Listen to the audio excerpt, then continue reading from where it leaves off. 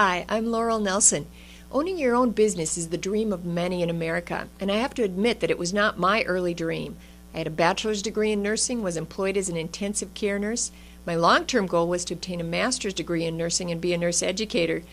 Now, 30 years later, I find myself, along with my husband, the owner and initiator of several small businesses.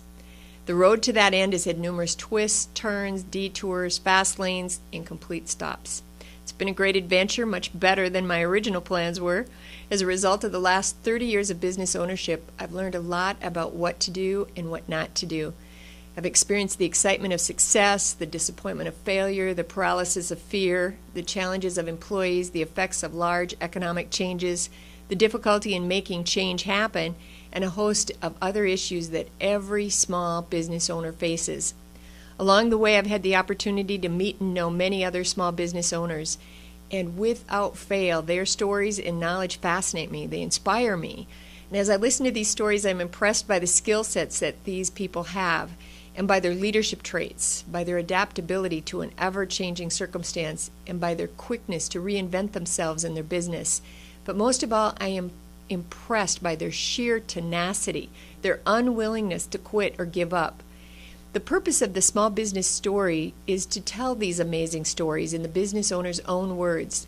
The goal will not be just to describe these businesses, but rather to help you see beyond the obvious, to help you understand not only the external market challenges in a business, but also to understand the internal dilemmas and challenges that small business owners have to face.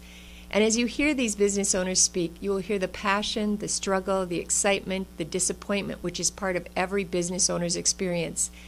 From their own words, I hope that at the least it will make you aware of the tremendous challenge there is to running a small business, and that at the most, that it may encourage you to consider starting your own business.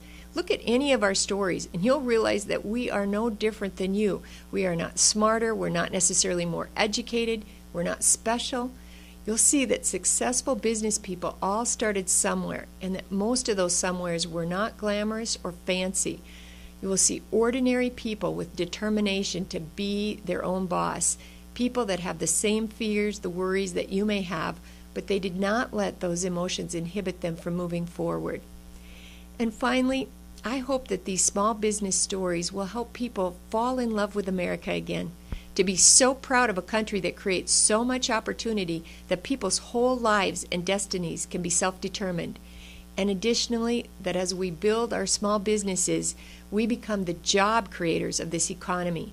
Small businesses, those employing 500 or fewer full and part-time employees, comprise 80% of the U.S. business establishments and employ about 50% of working people. Not only do we affect our lives and destinies, but the small business owner has the power and the opportunity to affect the destinies of millions of American people in their communities through job creation.